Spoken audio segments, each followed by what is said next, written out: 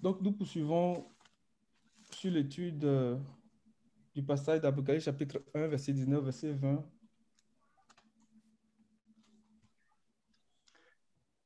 Apocalypse 1, verset 19 à 20. Écris donc les choses que tu as vues et celles qui sont et celles qui doivent arriver après elles, le mystère des 7 étoiles que tu as vues dans ma main droite et des 7 chandeliers d'or. Les 7 étoiles sont les anges des 7 églises et les 7 chandeliers sont les 7 églises. Amen. Alléluia. Alors, nous en étions au verset 16, qui a été pour nous le sujet, mais le verset qui a introduit l'étude des signes. Parce que l'épée en elle-même est comme un signe pour nous. Alléluia. Et je voulais rapidement rappeler les éléments qui nous aident, qui nous guident dans cette étude-là. À savoir que le Seigneur a dit à Jean, ou bien le Seigneur a fait connaître ces choses-là à Jean.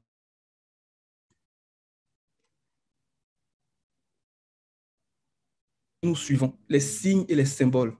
Donc, toute la symbolique du tabernacle de Moïse en particulier, et aussi du temple de Salomon, pour parler des différentes classes et tout ce qui a été fait. Donc, toute cette symbolique-là sont des éléments que nous considérons lorsque nous parcourons le livre de la Révélation. Parce que c'est avec ces symboles-là que le Seigneur va parler. Amen. Et nous considérons aussi la conquête du pays de Canaan à travers les jugements que le Seigneur a exécutés depuis l'Égypte jusqu'à la terre promise. Et nous regardons aussi par rapport à ces choses-là, aux signes et aux symboles, nous considérons la parole des prophètes. Parce que cette considération de la parole des prophètes nous permet de replacer les versets qui sont repris dans le livre de la Révélation dans leur contexte pour comprendre la pensée du Seigneur. Parce que beaucoup de versets dans le livre de la Révélation sont, j'ai envie de dire, cités dans les écrits des prophètes. Donc, l'élément le plus important que nous considérons quand on parle de la parole prophétique, bien dans les écrits des prophètes, pour nous, c'est le discours du Seigneur sur la montagne des Oliviers. Ce discours qui est le deuxième le plus long et qui couvre 2 chapitres dans Matthieu, Matthieu 24 et Matthieu 25, est ce discours-là que le Seigneur a prononcé pour annoncer les choses qu'il connaît et qui concernent les temps de la fin. Donc, il est très important pour nous de le considérer. À cela, on ajoute les épîtres, d'abord les évangiles et puis les épîtres des apôtres, pour faire le lien avec le message que le Seigneur adresse aux 7 églises d'Asie. Alléluia. Et l'autre élément qui est très important pour nous, que nous considérons pour aller chercher des symboles, des signes aussi, c'est le livre de la Genèse. Le livre de la Genèse est rempli de mystères. Le livre de la Genèse euh, commence certains mystères et le livre de la Révélation, un peu comme l'accomplissement, bien la révélation de ces mystères-là. Donc, il y a un lien très étroit entre ces deux livres-là. Toucher à l'un des livres, mais touche nécessairement à l'autre livre. Alléluia. Donc, voici un peu les éléments que nous considérons, que nous regardons pendant que nous méditons sur ce livre-là. Et c'est ce qui nous guide tranquillement à aller saisir la pensée du Seigneur. Parce que l'interprétation de ce livre a fait sujet de beaucoup de controverses, comme on le disait aussi que dans certains instituts bibliques, en tout cas, ce livre même a été enlevé des enseignements qui sont donnés. Et il y a certains hommes de Dieu qui préfèrent ne même pas parler de ce livre-là parce que l'interprétation est pour eux un peu quelque chose de trop difficile. Or, le Seigneur a dit que c'est pour montrer à ses serviteurs. Il dit c'est pour montrer à ses serviteurs. Donc, il nous appartient, en tant qu'enfants de Dieu, en tant que serviteurs de Dieu, de sonder ces choses-là et d'aller chercher à comprendre ces choses-là par la pensée du Seigneur. Amen. Et celui qui a écrit ce livre-là, l'apôtre Jean, plusieurs même lui ont refusé la paternité de ce livre-là parce que les gens se disaient, mais comment un gars qui vient de la Galilée peut écrire de telles choses?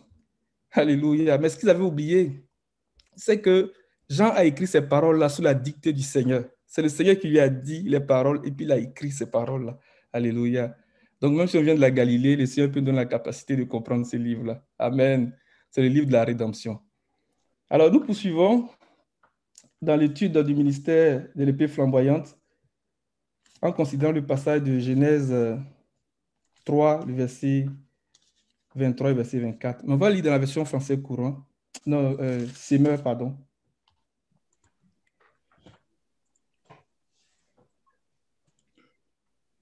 Genèse 3, versets 23 à 24.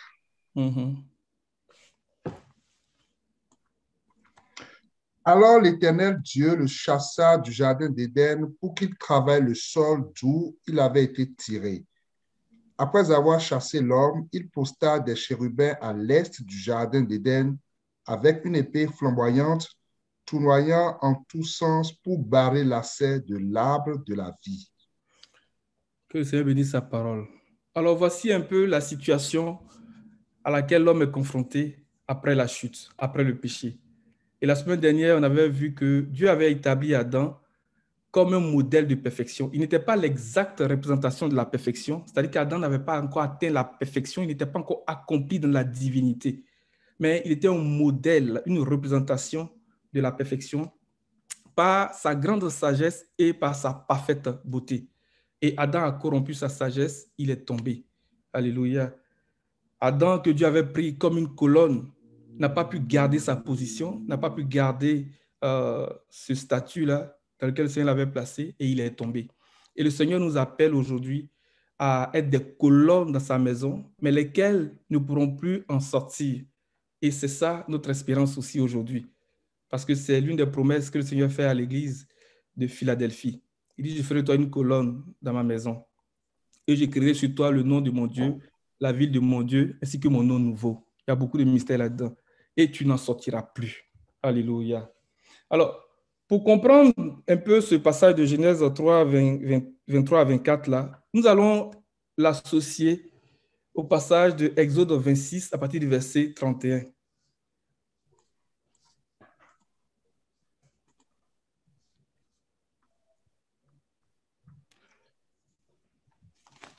Tu feras un voile bleu, pourpre et cramoisi et de fin lin retors. Il sera artistiquement travaillé et l'on y représentera des chérubins. Tu le mettras sur 4 colonnes d'acacia couvertes d'or. Ces colonnes auront des crochets d'or et poseront sur 4 bases d'argent. Tu mettras le voile au-dessous des agrafes et c'est là, en dedans du voile, que tu feras entrer l'arche du témoignage. Le voile vous servira de séparation entre le lieu saint et le lieu très saint. Tu mettras le propitiatoire sur l'arche du témoignage dans le lieu très saint. Amen. Amen. Amen. Ce passage-là cache beaucoup de mystères. Il y a beaucoup de profondeur que le Seigneur veut que nous saisissions à travers ce passage-là. Et nous pouvons faire une très bonne analogie entre le passage de Genèse 3, verset 23 au verset 24, et ce passage-là. C'est pour ça que nous nous appuyons sur ce passage-là pour comprendre un peu ce qui se passe. Parce que lorsque Adam a été chassé du jardin, la Bible dit que le chemin de l'arbre de la vie a été barré, a été fermé, et le Seigneur a posté des chérubins qui gardent ce chemin-là. Alléluia. Alors, quand on regarde le verset 31, le Seigneur dit, tu feras un voile bleu, pourpre et cramoisi et de fin lin retors. Quand on l'associe au bout du verset 33 qui dit, le voile vous servira de séparation entre le lieu saint et le lieu très saint. Donc, le voile sert de séparation.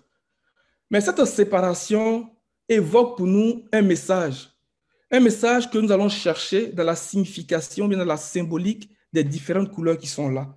Parce que ces couleurs nous parlent. Ces couleurs nous parlent de quelque chose en lien avec la séparation.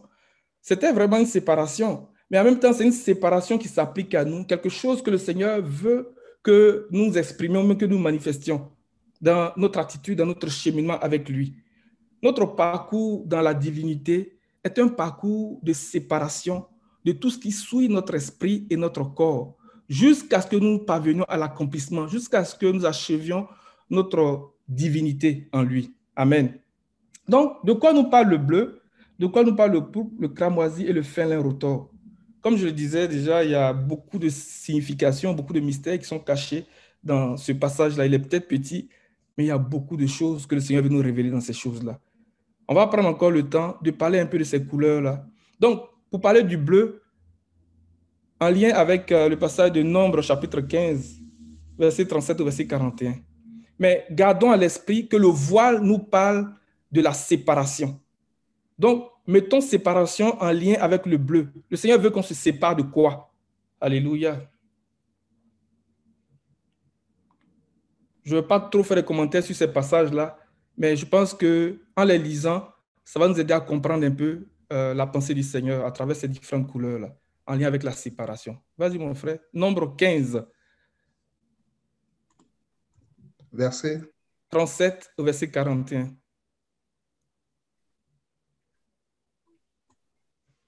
L'Éternel dit à Moïse, parle aux enfants d'Israël et dis-leur qu'ils se fassent de génération en génération une frange au bord de leurs vêtements et qu'ils mettent un cordon bleu sur cette frange du bord de leurs vêtements. Quand vous aurez cette frange, vous la regarderez et vous vous souviendrez de tous les commandements de l'Éternel pour les mettre en pratique, et vous ne suivrez pas les désirs de vos cœurs et de vos yeux pour vous laisser entraîner à l'infidélité. Vous vous souviendrez ainsi de mes commandements, vous les mettez en pratique et vous serez saints pour votre Dieu. Je suis l'Éternel, votre Dieu, qui vous a fait sortir du pays d'Égypte pour être votre Dieu. Je suis l'Éternel, votre Dieu. Alléluia. Ce dernier bout du verset 41 ici, là, nous renvoie un verset dans Lévitique qui dit que je vous ai fait sortir du pays d'Égypte, je vous ai séparé du monde, je vous ai séparé des nations pour que vous m'apparteniez comme un peuple saint. Alléluia. Donc le bleu, en lien avec la raison d'être du voile, qui était là pour marquer la séparation, nous invite à nous séparer de toutes nos pensées mauvaises, de toutes nos pensées impures. Parce qu'il dit que lorsque tu regarderas, mon frère, tu peux remonter un peu le passage pour moi, dans notre 15 là. Il dit, et qu'ils mettent un cordon bleu sur cette frange du bord de leurs vêtements. Quand vous aurez cette frange, vous la regarderez et vous vous souviendrez de mes commandements. Vous vous souviendrez de tous les commandements de l'Éternel pour les mettre en pratique. Donc, en regardant le bleu, ou bien en nous parlant du bleu, le Seigneur nous invite à mettre en pratique toute sa parole, à mettre en pratique ses commandements. Et vous ne suivrez pas les désirs de vos cœurs et de vos yeux pour vous laisser entraîner à l'infidélité. Pourquoi il parle du cœur? La Bible dit que le cœur, c'est la pensée intime de l'homme. Et ce cœur-là est l'image d'un abîme. Personne ne peut connaître l'abîme. Et dans Matthieu 15, à partir du verset 15 par là, il commence à parler de tout ce qu'il y a dans le cœur. Il dit que c'est du cœur que sortent les mauvaises pensées. C'est du cœur que sort le péché. Donc les vols, les adultères, les meurtres, le mensonge et toutes sortes de choses. Donc il dit lorsque les enfants d'Israël auront les regards fixés sur ce cordon bleu-là, ça va leur rappeler, ça va être évocateur pour eux par rapport au commandement de l'Éternel, et ils ne vont pas se laisser entraîner par les désirs de leur cœur. Ils ne vont pas se laisser entraîner par l'infidélité. Alléluia. Qu'est-ce que ça veut dire? Ça veut dire qu'il faudrait que tout ce qui est digne d'approbation, tout ce qui est digne de qualité morale, tout ce qui est digne du Seigneur soit l'objet de notre pensée. C'est à cela que le cordon bleu ou bien la couleur bleue est en train de nous parler, est en train de nous interpeller. Amen. Et lorsque nous avons ces choses dans notre pensée, automatiquement, on va se séparer de toutes ces choses qui nous souillent, de toutes ces choses qui nous entraînent à l'infidélité. Que le Seigneur nous bénisse. Et le bleu, c'est la couleur de la divinité. C'est la couleur du Saint-Esprit. Donc, lorsque le Seigneur nous parle de la couleur bleue à travers le rideau de séparation, il est en train de nous dire de nous détacher de tout ce qui est de la terre et de nous affectionner aux choses d'en haut, aux choses de l'Esprit. Qu'il en soit ainsi pour chacun de nous. Alléluia. Alléluia. Le bleu nous parle de la pureté. Exode 24, verset 10. Le ciel lui-même dans sa pureté. Ça nous parle de la vie de pureté, de la vie de sainteté, de la vie de sanctification, donc la consécration.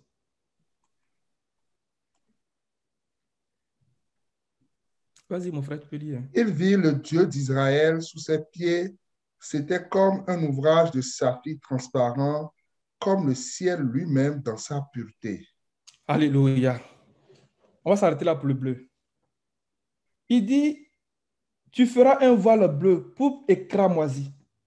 On va prendre les deux ensemble pour aller regarder le passage d'Ésaïe chapitre 1, à partir du verset 16.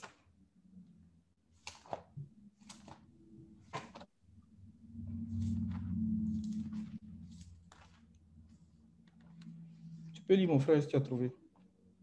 Lavez-vous donc, purifiez-vous, écartez de ma vue vos méchantes actions et cessez de faire le mal. Efforcez-vous de pratiquer le bien, d'agir avec droiture, assistez l'opprimé et défendez le droit de l'orphelin, plaidez la cause de la veuve. Venez et discutons ensemble, dit l'Éternel. Si vos péchés sont rouges comme de l'écarlate, ils deviendront aussi blancs que la neige. Oui, s'ils sont rouges comme la pourpre, ils deviendront aussi blancs que la laine. Si vous vous décidez à m'obéir, vous mangerez les meilleurs produits du pays. Mais si vous refusez, si vous êtes rebelle, c'est l'épée qui vous mangera. L'Éternel le déclare. Alléluia. Regardez bien le verset 20. Il dit, mais si vous refusez et vous montrez rebelle, vous serez dévorés par l'épée. L'épée qui est agitée là-bas, là, dans Genèse 3 que nous avons lu là. Il dit que si vous vous rebellez, si vous désobéissez, c'est l'épée là qui va vous dévorer. Donc le pourpre et le cramoisi nous parlent de notre vie de sacrifice, notre vie de consécration, laquelle nous amène à nous séparer de toute expression de péché. Alléluia. Et donc, ça nous parle de la vie de justice. Je reprends un peu dans ma version seconde 21 ici. Il dit, lavez-vous, purifiez-vous, mettez un terme à la méchanceté de vos agissements. Cessez de faire le mal. Apprenez à faire le bien. Recherchez la justice. Alléluia. Donc, ces deux couleurs ensemble-là nous invitent à rechercher la justice en nous séparant de la méchanceté, en nous séparant des mauvaises actions. Recherchez la justice. Alléluia. Protégez l'opprimé, faites droit à l'orphelin, défendez la veuve. Venez et discutons, dit l'Éternel. Même si vos péchés sont couleur cramoisie, ils deviendront blancs comme la neige. Même s'ils sont rouges comme la pourpre, ils deviendront clairs comme la laine. Alléluia. Si vous voulez bien écouter, vous mangerez les meilleurs produits du pays. Il y a un fruit dans le pays. Il y a une production dans le pays. Alléluia. Que le Seigneur veut que nous allions manger. Ce sont les fruits de l'arbre de la vie. Ce sont les fruits de l'arbre de la vie. Donc, ce voile-là, à travers ces deux couleurs, pourpre et cramoisi, voici ce que le Seigneur veut nous enseigner à travers ces choses, à un premier niveau. Quand on continue, il dit, et de fin lin retors. Dans Apocalypse 19, que nous connaissons, le frère va nous trouver ça, il dit que le fin lin, ce sont les œuvres justes des saints. Alléluia. Verset 8. Et il lui a été donné de se revêtir d'un fin lin éclatant pur, car le fin lin, ce sont les œuvres justes des saints. Il dit, le fin lin, ce sont les œuvres justes des saints. Mais cette justice, ou bien ces œuvres des saints-là, doivent être éprouvées. C'est pour ça que le mot retors est ajouté. Retors, dans la définition que j'ai sous les yeux ici, dit que c'est tordu et retordu en plusieurs tours et ainsi solide. Le Seigneur nous appelle à avoir une justice solide. Que notre justice soit intacte. Que notre justice résiste à l'épreuve des situations. Que notre justice ne se brise pas, bien ne se perde pas. Que notre justice garde son éclat, garde sa pureté. Alléluia.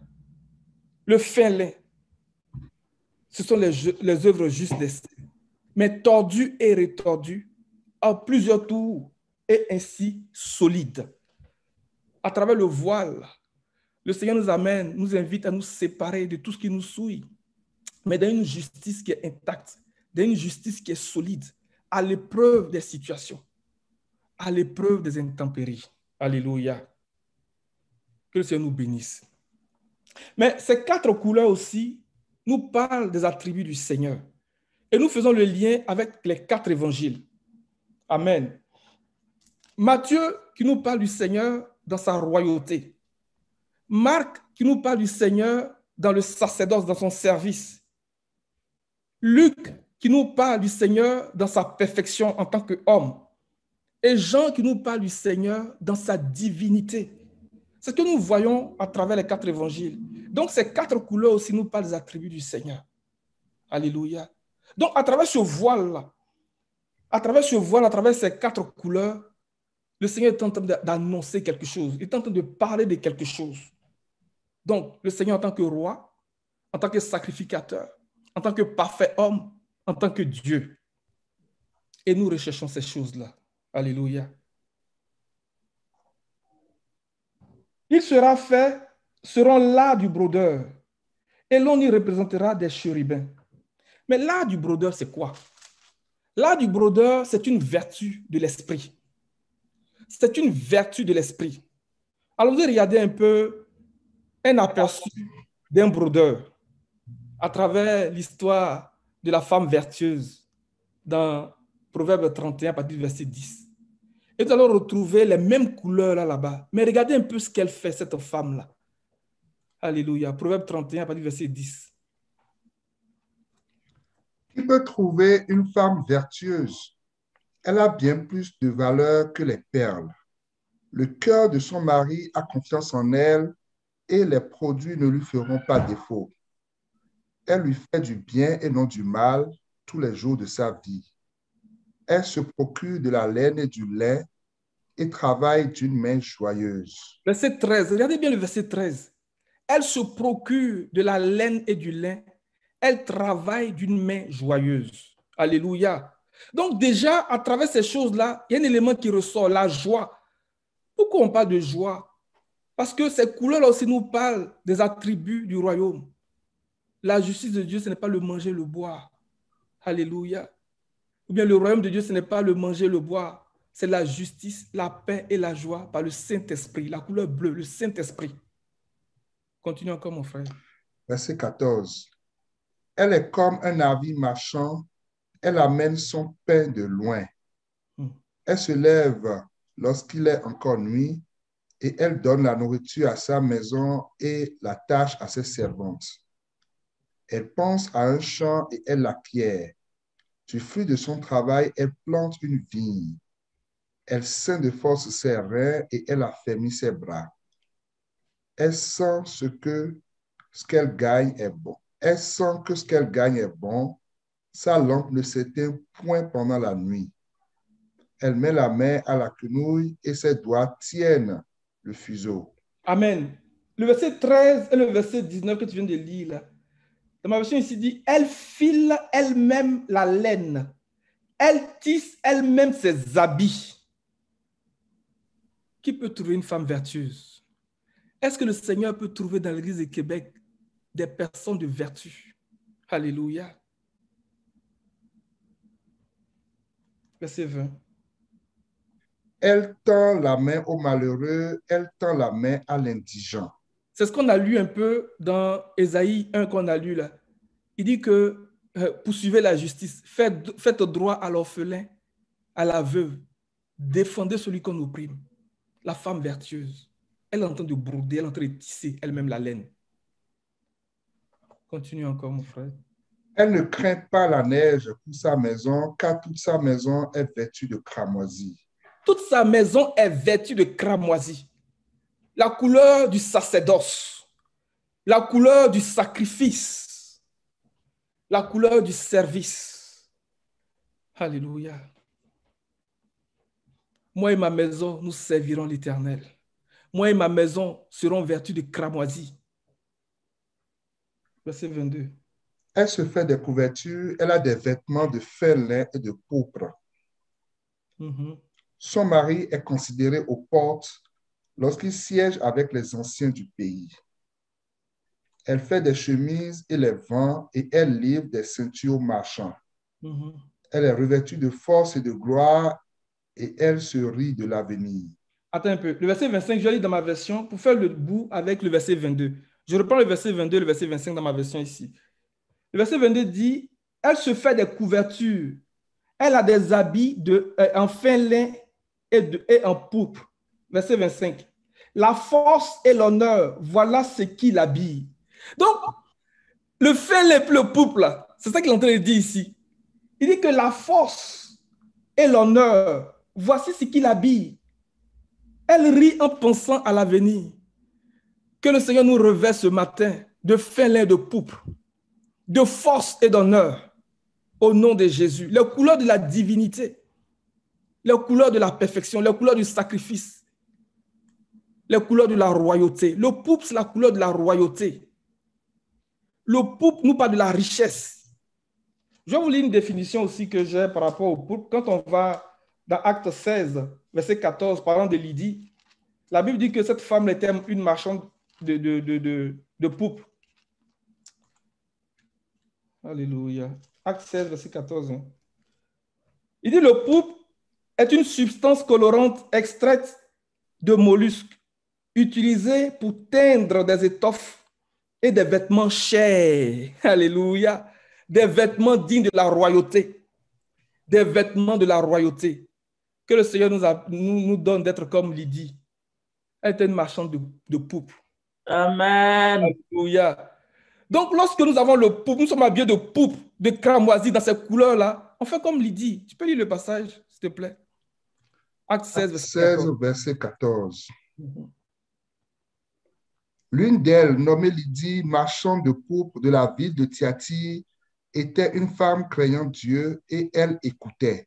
Le Seigneur lui ouvrit le cœur pour qu'elle fût attentive à ce que disait Paul. Lorsqu'il eut été baptisé avec sa famille, elle nous fit cette demande. Si vous me jugez fidèle au Seigneur, entrez dans ma maison et demeurez-y. Et elle nous pressa par ses instances. Alléluia. Que le Seigneur bénisse sa parole. On va progresser dans notre passage de Exode 26, là, pour parler des chérubins. Ça fera l'objet peut-être d'un passage à part, parce qu'il y a beaucoup de choses à dire sur les chérubins. Mais ce que je vous ai dit déjà, parlant des chérubins, c'est que ça nous parle de la gloire. Les chérubins sont les gardiens de la sainteté.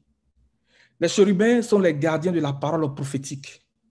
C'est eux que le Seigneur a postés pour garder le chemin de l'arbre de la vie. Alléluia.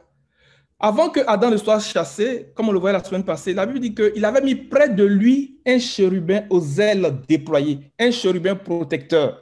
Dans certaines versions, on va dire Adam lui-même était un chérubin. Mais le près de lui, là, ça nous évoque un passage dans Jérémie 6, à partir du verset 16. Il dit, j'ai mis près de vous des sentinelles. J'ai mis près de vous des sonneurs de trompette. Écoutez le message. Mais ils disent, non, on ne va pas prêter attention. On ne va pas suivre ce qu'ils disent. Il dit, informez-vous sur les anciens sentiers. Alléluia. Vas-y, tu peux lire. Voici ce que dit l'Éternel. Placez-vous sur les chemins, regardez et renseignez-vous sur les pistes qui ont toujours été suivies. Quelle est la bonne voie? Marchez-y et vous trouverez le repos pour votre âme. Amen. Donc, il dit, j'ai mis près d'Adam un chérubin aux ailes déployées. Le chérubin est en train de montrer un chemin à Adam. Comme nous aussi aujourd'hui, le Seigneur a mis près de nous le ministère de la parole. Nous a donné le ministère de la parole, le ministère de l'esprit. Pour nous montrer le chemin. Pour nous dire, voici la bonne voie, marchez-y. C'est pour ça que lorsqu'il commence à se présenter, il commence à parler à Jean, il dit, écrit à l'ange de l'église de temps. Il a mis près de l'église, on va dire ça comme ça, pour caricaturer, un chérubin aux ailes déployées. Alléluia. Il dit, écrit à l'ange de l'église d'Éphèse, écrit à l'ange de l'église de Smyrne, et ainsi de suite, ainsi de suite. Que le Seigneur nous ouvre les oreilles. Que le Seigneur nous ouvre les oreilles. Alors que le ministère de la parole et de l'esprit est en train de s'exprimer pour nous montrer le chemin, que nous appliquions nos cœurs à l'obéissance, que nous nous soumettions à la voix de l'esprit, parce que nous allons connaître le chemin, nous allons rentrer par le chemin de la vie. Verset 17. J'ai désigné des personnes chargées de veiller sur vous. Faites attention au son de la trompette, mais ils répondent, nous n'écouterons pas. Oh, que le Seigneur nous garde ce matin. Que nous n'ayons pas des cœurs désobéissants et rebelles qui refusent d'écouter la voix du Seigneur. mais que nous fassions attention, que nous prêtions attention à la parole prophétique, au son de la trompette, au nom de Jésus. Amen. On reviendra probablement sur le ministère des chérubins. On va continuer parce qu'il y a beaucoup de choses à dire. Verset 32, Exode 26. Tu le mettras sur 4 colonnes d'acacia couvertes d'or. Ces colonnes auront des crochets d'or et poseront sur 4 bases d'argent. Alléluia.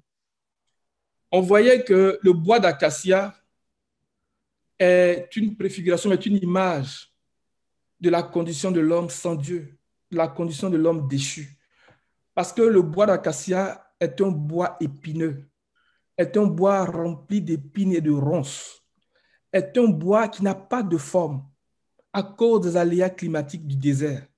Le Seigneur n'a pas dit de prendre n'importe quel bois, il a dit de prendre le bois d'acacia.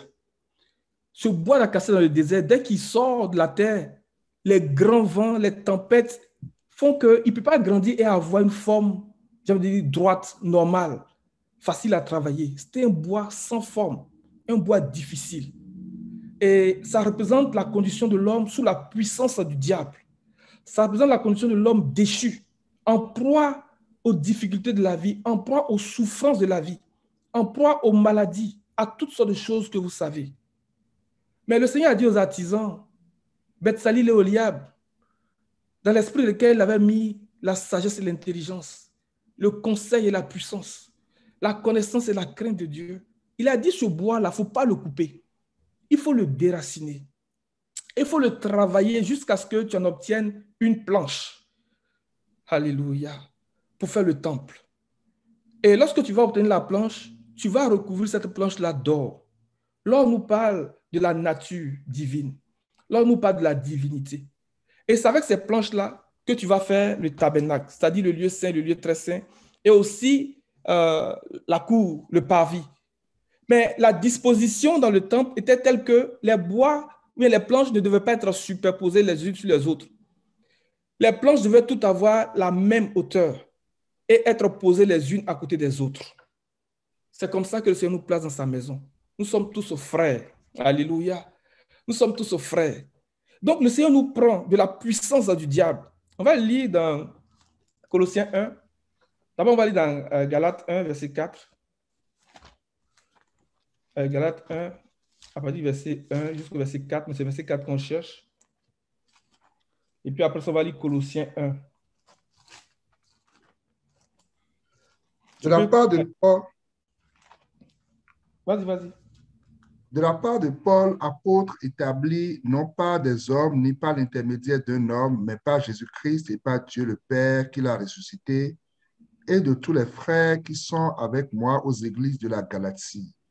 Que la grâce et la paix vous soient données de la part de Dieu notre Père et du Seigneur Jésus-Christ. Verset 4. Il s'est donné lui-même pour nos péchés afin de nous arracher à l'actuel monde mauvais, conformément à la volonté de notre Dieu et Père. Alléluia. Il nous a arrachés. Il a dit à Bethsalie d'arracher ce bois-là, de ne pas le couper. Parce que ce sont des hommes. Il est en train de parler des hommes. Donc le Seigneur s'est donné lui-même pour nos péchés, pour nous arracher de la condition d'Adam qui a chuté, pour nous arracher des effets de la chute, mais pour nous arracher de la puissance du diable. Alléluia. C'est ce que Dieu a voulu. C'est ce qu'il a voulu. Et nous glorifions le nom du Seigneur. Il dit, à qui soit la gloire au siècle des siècles. Amen. Amen.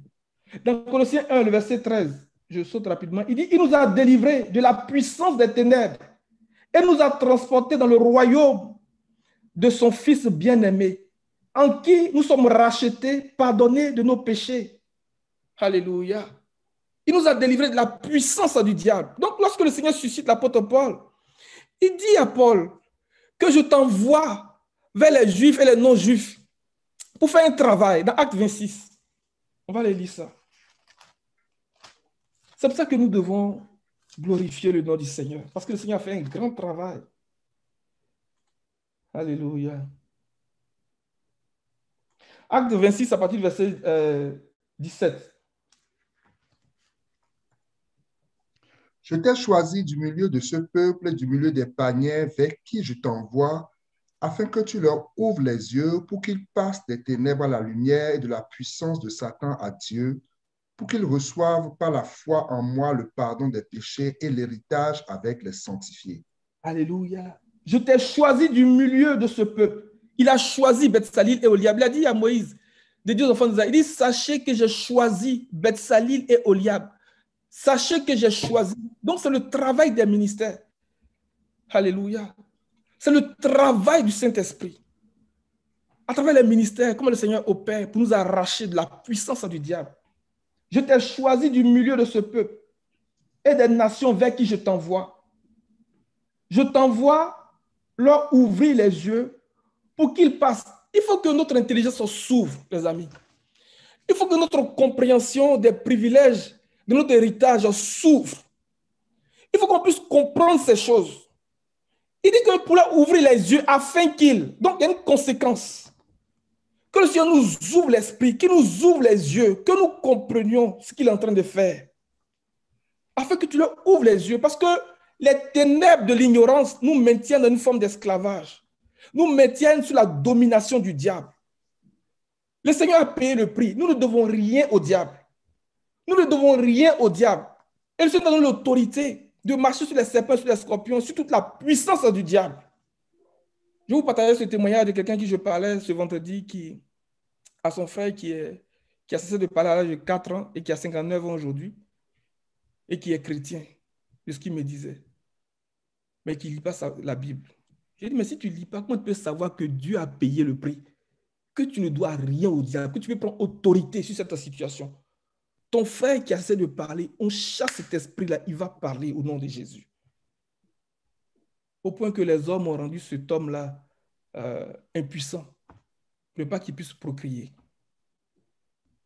Que le Seigneur nous ouvre l'intelligence, que le Seigneur nous ouvre l'esprit. Nous étions peut-être un bois d'acacia, mais aujourd'hui nous ne sommes plus ce bois d'acacia. Amen. Nous sommes dans la maison du Seigneur. Nous sommes participants de sa nature, comme sa divine puissance. Nous a donné tout ce qui contribue à la vie et à la piété, comme sa divine puissance, afin que tu leur ouvres les yeux, afin que tu leur ouvres les yeux, pour qu'ils passent des ténèbres à la lumière et de la puissance de Satan à Dieu, pour qu'ils reçoivent par la foi en moi le pardon des péchés et une part d'héritage avec les saints. Que le Seigneur bénisse sa parole. Voici un peu le bois d'acacia, comment il est devenu dans le temple. Il n'est plus un bois couvert d'épines et de ronces. Alléluia. Imaginez un peu comment Beth-Salil et Oliab ont dû être blessés. Parce que ça parle aussi de l'œuvre de la croix. Parce que travailler un bois épineux, comme le bois d'acacia, à coup sûr, tu vas te déchirer. À coup sûr, tu vas te blesser. Les épines vont te rentrer dans les doigts. Et ça nous parle des souffrances de Christ. C'est pour ça qu'à ce bois-là, il y avait des tringles et des crochets. Alléluia. Pour porter le rideau, pour porter ce voile-là. Ça annonçait d'avance les souffrances de Christ. Ça annonçait d'avance l'œuvre de la croix. La prédication de la croix, les amis, c'est la puissance de Dieu pour le salut de tout homme qui croit. Il dit que c'est la sagesse de Dieu. C'est cette sagesse que Dieu a trouvée pour confondre les chefs de ce siècle. Parce qu'il dit que s'ils avaient connu, s'ils avaient su, ils n'auraient pas crucifié le Seigneur de la gloire. Ce que l'œil n'a pas vu, ce que l'oreille n'a pas entendu, ce qui n'est pas monté sur le cœur de l'homme, Dieu l'a réservé à ceux qui l'aiment. Alléluia. Et c'est l'esprit, parce que l'esprit sont de tout, même la profondeur de Dieu. Il nous révèle ces choses-là, afin que nous sachions les dons que Dieu nous a accordés par sa grâce. Toute cette provision de bénédiction, ce panier de l'alliance, dans lequel il y a la santé, dans lequel il y a la guérison, il y a toutes sortes de choses. Oh, nous voulons saisir ce panier-là et nous voulons jouir de cette bénédiction au nom de Jésus. Alléluia. On revient dans Exode 26. J'ai perdu ma page. Verset 33. Verset 33. Tu mettras le voile au-dessous des agrafes et c'est là, en dedans du voile, que tu feras entrer l'arche du témoignage. Amen. Il dit c'est là, dans ma version ici, il dit c'est là, derrière le voile, que tu feras pénétrer l'arche du témoignage. On va aller dans Hébreux chapitre 6, à partir du verset 16.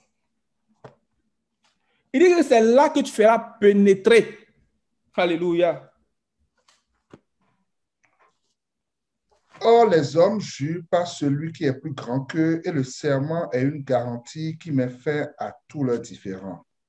C'est pourquoi Dieu, voulant montrer avec plus d'évidence aux héritiers de la promesse l'immutabilité de sa résolution, intervint par un serment, afin que par deux choses immuables dans lesquelles il est impossible que Dieu mente, nous trouvions un puissant encouragement, nous dont le seul refuge a été de saisir l'espérance qui nous était proposée. Amen. On va s'arrêter à l'instant. On a vu dans Genèse 3 que le chemin là, de l'arbre de la vie a été barré, a été fermé.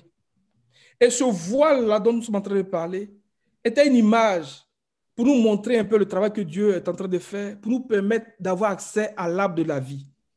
Mais il dit à Moïse, c'est derrière le voile là, c'est là que tu feras pénétrer. Mais comment on pénètre là-bas si c'est fermé? Tout à l'heure, on va voir dans Hébreux 9 que le Saint-Esprit tente de nous montrer que le chemin du lieu très saint n'était pas encore révélé. Donc, le voile là cachait quelque chose. Le voile était en lui-même une image pleine de symboles pour nous enseigner quelque chose, un profond mystère, que le Seigneur nous amène à saisir, il veut que nous saisissions. Donc, on dit c'est pour fermer, c'est barré, que le chemin du lieu très saint n'était pas encore révélé. On va d'abord finir Hébreux là. Vas-y, verset 19. Cette espérance, nous la possédons comme une encre de l'âme sûre et solide. Elle pénètre au-delà du voile, là où Jésus est entré pour nous comme précurseur, ayant été fait souverain sacrificateur pour toujours, selon l'ordre de Melchisédek. Alléluia. Il dit cette espérance, nous la possédons comme une encre solide et sûre de l'âme. Elle pénètre, donc c'est l'espérance qui pénètre. Mais elle est l'encre solide et sûre de l'âme. L'encre ici, ce n'est pas l'encre d'un stylo, là, ce n'est pas ça. C'est une pièce métallique très lourde qui est attachée à une chaîne et qui permet à un bateau de rester stable lorsque les marées accostent ou bien lorsque... Et cette pièce-là pénètre profondément dans l'eau. Donc, ça permet au bateau de rester stable. Il compare l'espérance là à cette pièce-là. Donc, nous pouvons dire que pour pénétrer là, pour traverser le voile là, ça nous prend l'espérance. Il dit cette espérance ça pénètre. Mais cette espérance, il dit que nous la possédons comme une encre solide et sûre. Or, on a vu que le fil rotor s'est tordu, retordu en plusieurs tours, ainsi solide. Alléluia. Donc, la justice là même là, c'est notre espérance. Que notre justice soit solide. Que notre justice soit solide. Il dit que cette espérance, nous la possédons comme une encre solide et sûre de l'âme. Solide, pour parler de la solidité de notre justice. Et sûr ici, là, ça nous parle de la foi. On va aller dans la version Semeur, puis on va lire Hébreux 11, à partir du verset 1. Il y a deux mots ici. Solide, qui fait référence à notre justice. Et sûr, qui nous parle de la foi. Mais tout ça, là, il dit que c'est l'espérance. Donc, dans l'espérance, là, nous avons la solidité de la justice. Alléluia. Et nous avons la certitude de posséder quelque chose. Hébreux 11. On va dire verset 1. La foi est une façon de posséder ce qu'on espère. C'est un moyen d'être sûr des réalités qu'on ne voit pas. Attends un peu. La foi est une façon de posséder ce qu'on espère. C'est un moyen d'être sûr des réalités qu'on ne voit pas. Alléluia. Il y a une réalité que nous ne voyons pas. Mais il dit que la foi est un moyen d'être sûr des réalités. Quelles sont ces réalités-là que nous ne voyons pas? Alléluia. Verset 2. C'est parce qu'ils ont eu cette foi que les hommes des temps passés ont été approuvés par Dieu. Par la foi, nous comprenons que l'univers a été harmonieusement organisé par la parole de Dieu et qu'ainsi le monde visible tire son origine de l'invisible. Que le Seigneur nous bénisse ce matin. Que le Seigneur donne de la solidité à notre foi. Alléluia. La solidité à notre espérance. Et que cette espérance-là soit attachée à notre âme, fasse un avec notre âme. pour nous amener au-delà du voile. Là où le Seigneur est rentré pour nous en tant que précurseur. Alléluia. Il dit, établi grand prêtre pour toujours à la manière de Melchisédek. Mais cette définition ici, l'auteur aux Hébreux dit que, il dit encore, tu es mon fils, je t'ai engendré aujourd'hui. On va lire dans le chapitre 5, verset 5.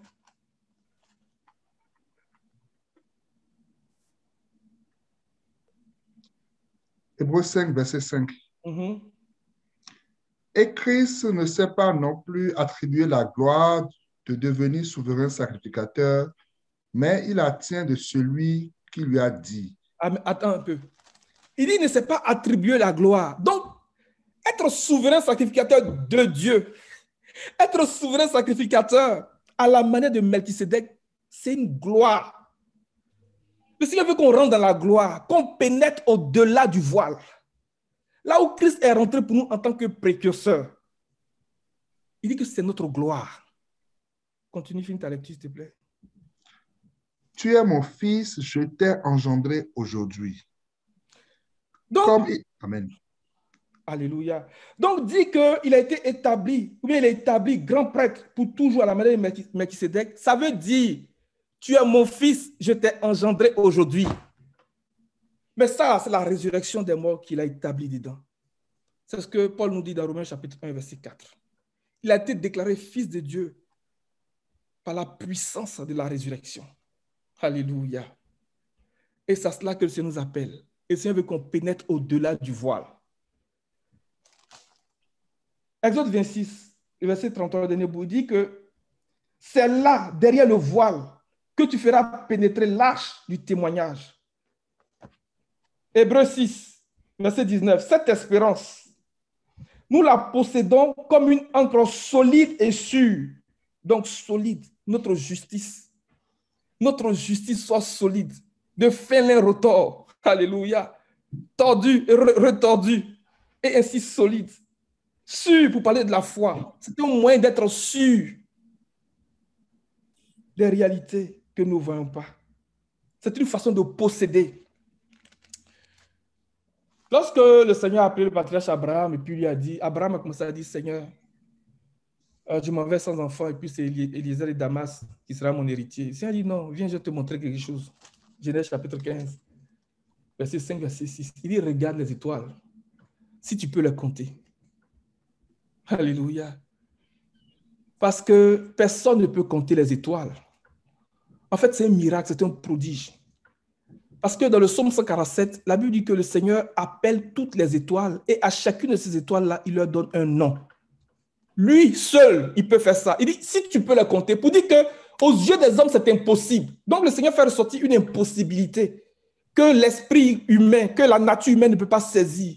Aux yeux des hommes, c'est impossible. Il regarde les étoiles, si tu peux les compter. Pour dire à Abraham que cette impossibilité devant laquelle tu te trouves là, moi, je peux faire ça. Parce que lui, l'Éternel, dans le psaume 147, dit qu'il compte toutes les étoiles et à chacune d'elles, il leur donne un nom. Il dit, regarde, compte si tu peux compter. Il dit, telle sera ta postérité. La Bible dit qu'Abraham a eu confiance en Dieu et cette confiance lui a été imputée à justice. Et le Seigneur complète pour dire, c'est moi qui t'ai fait sortir du en Chaldée pour te donner ce pays. C'est ce pays-là, il n'est pas de Canaan, hein, parce que l'auteur des Hébreux dit qu'ils n'ont pas possédé le pays. Ils ont habité dans le pays comme des étrangers, comme des immigrants. Donc, il dit, ce pays que je viens te montrer là, je vais te le donner. Abraham dit, mais comment je peux être certain que je vais avoir ces choses-là? Genèse 15, verset 8. Verset 7, verset 8. Regardez bien la question d'Abraham. Verset 7. Genèse 15. L'Éternel lui dit encore, je suis l'Éternel qui t'a fait sortir d'Our en Chaldée pour te donner ce pays en possession. Abraham répondit, Seigneur éternel, à quoi reconnaîtrai-je que je le posséderai? Regardez bien le verset 8. Abraham répondit, Seigneur éternel, à quoi reconnaîtrai-je que je le posséderai? Viens maintenant dans Hébreux 11 qu'on a lu, la version Simmer. À quoi je vais reconnaître que je vais le posséder? La version Simmer. Hébreux 11, verset 1. Verset 1. La foi est une façon de posséder ce qu'on espère. C'est Attends un moyen. Attends un peu, frère. Il dit, à quoi reconnaîtrai-je que je le posséderai? Le Seigneur dit ici, la foi est une façon de posséder. Alléluia. Est une façon de posséder ce qu'on espère. Notre espérance là, de rentrer dans le pays, de devenir comme le Seigneur, d'être souverain sacrificateur, d'être comme à la manière de Melchisédek, il dit, la foi est une façon de posséder ce qu'on espère. Dans Genèse 15 qu'on a lu, il dit, comment serais-je certain?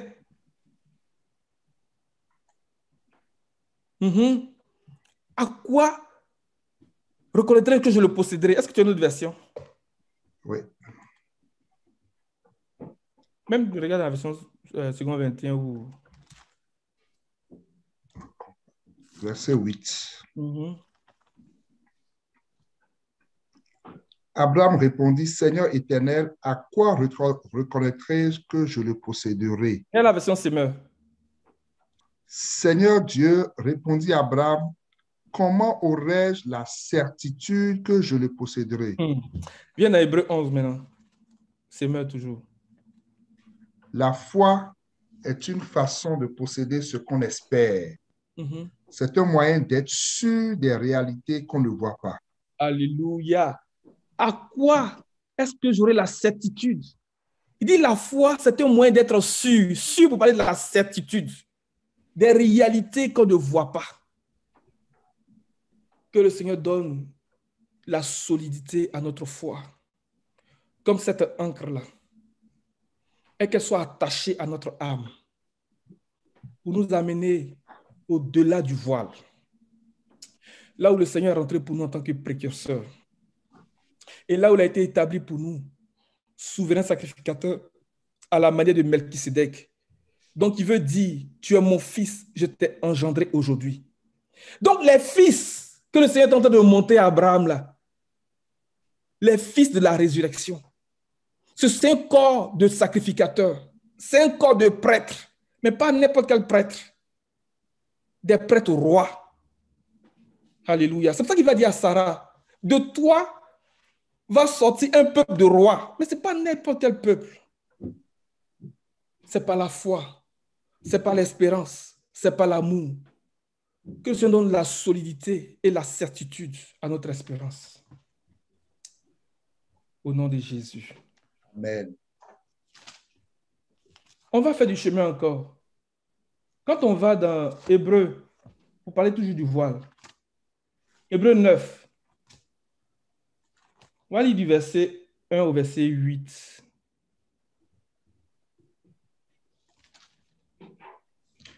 La première alliance avait aussi des ordonnances relatives au culte et le sanctuaire terrestre. Un tabernacle fut en effet construit. Dans la partie antérieure appelée le lieu saint, étaient le chandelier, la table et les pains de proposition. Derrière le second voile se trouvait la partie du tabernacle appelée le Saint des Saints, renfermant l'autel d'or pour les parfums et l'arche de l'alliance, entièrement recouverte d'or.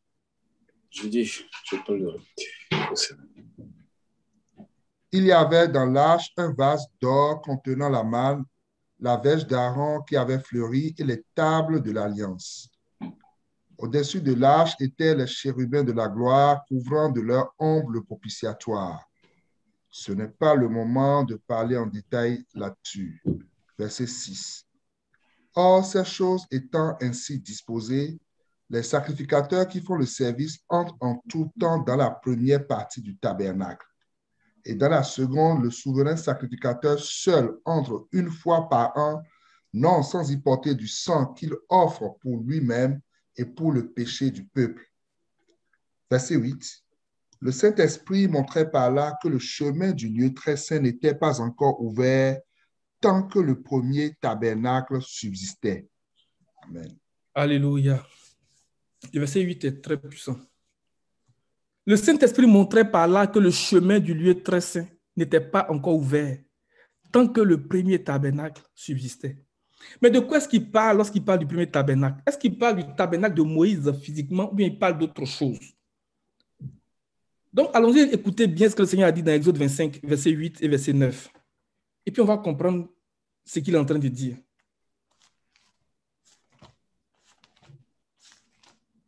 Ils me feront un sanctuaire et j'habiterai au milieu d'eux. Vous ferez le tabernacle et tous ses ustensiles d'après le modèle que je vais te montrer. Alléluia. Pour ne pas trop m'étaler, on va faire le lien avec 2 Corinthiens 6, verset 16. On va dire verset 16.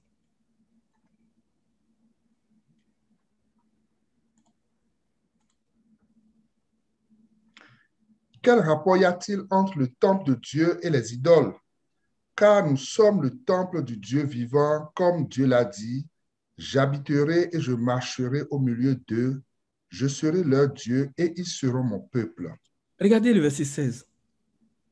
La partie où il dit « J'habiterai ». Il dit « Quel rapport y a-t-il entre le temple de Dieu et les idoles? Car nous sommes le temple du Dieu vivant, comme Dieu l'a dit. » Donc, c'est que Moïse est en train de nous dire dans Exode 25, là, verset 8, verset 9, là, la signification, c'est ça. Il dit « Car nous sommes le temple de Dieu, comme Dieu l'a dit. » Mon frère, reviens, s'il te plaît. « J'habiterai et je marcherai au milieu d'eux. Je serai leur Dieu et ils seront mon peuple. » Ce dernier bout-là, « Je serai leur Dieu et ils seront mon peuple » là, c'est notre héritage. Après 21, verset 7. Comme il a dit à Lévi, Lévi n'aura ni part ni héritage. Moi-même, Dieu, je serai sa part et sa possession dans le pays. Alléluia. Que Dieu soit notre part ce matin. Que le Seigneur nous amène à comprendre qu'il nous appelle à être comme lui, être des fils pour lui et que lui-même est notre Dieu. Mais il dit, car nous sommes le temple du Dieu vivant. Et quand on vient dans Hébreux chapitre 9, verset 8, il dit que le chemin du Dieu très saint n'était pas encore révélé tant que le premier tabernacle subsistait. Donc, nous comprenons quand on parle du tabernacle, il parle de nous. Mais qu'est-ce qu'il est en train de dire en parlant de nous de cette façon? 2 Corinthiens 5, à partir du verset 1.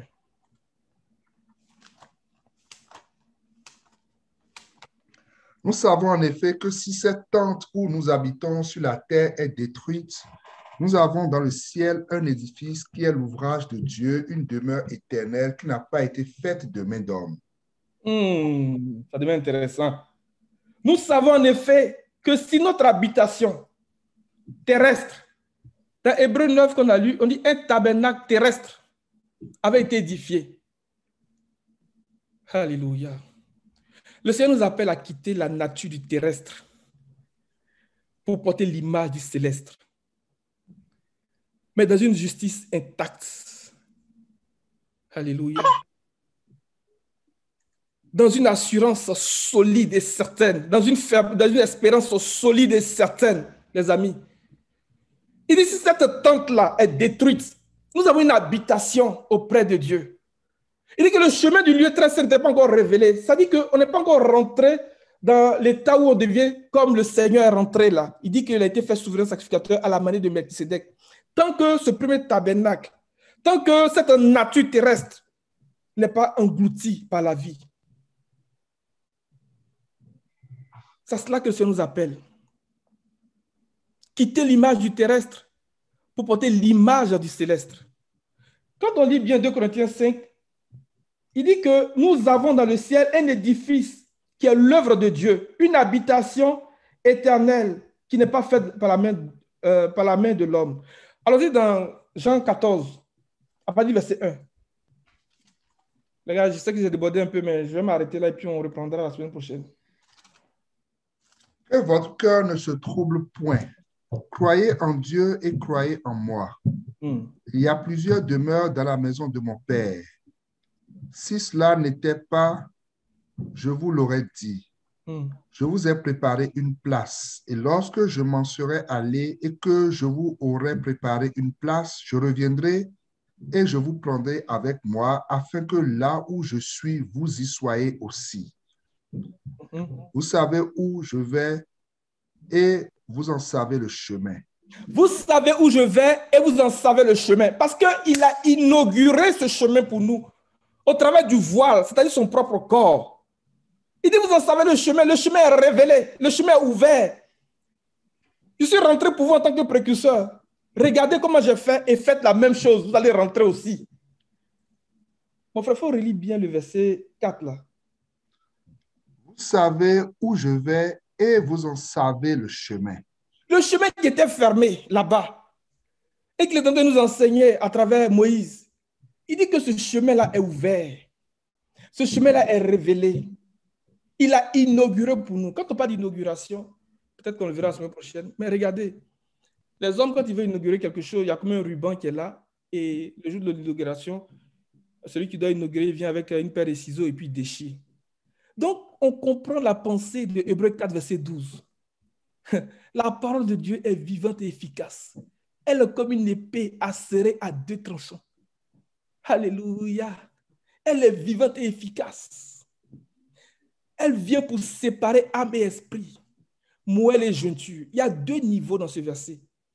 Il y a un niveau qui parle du corps.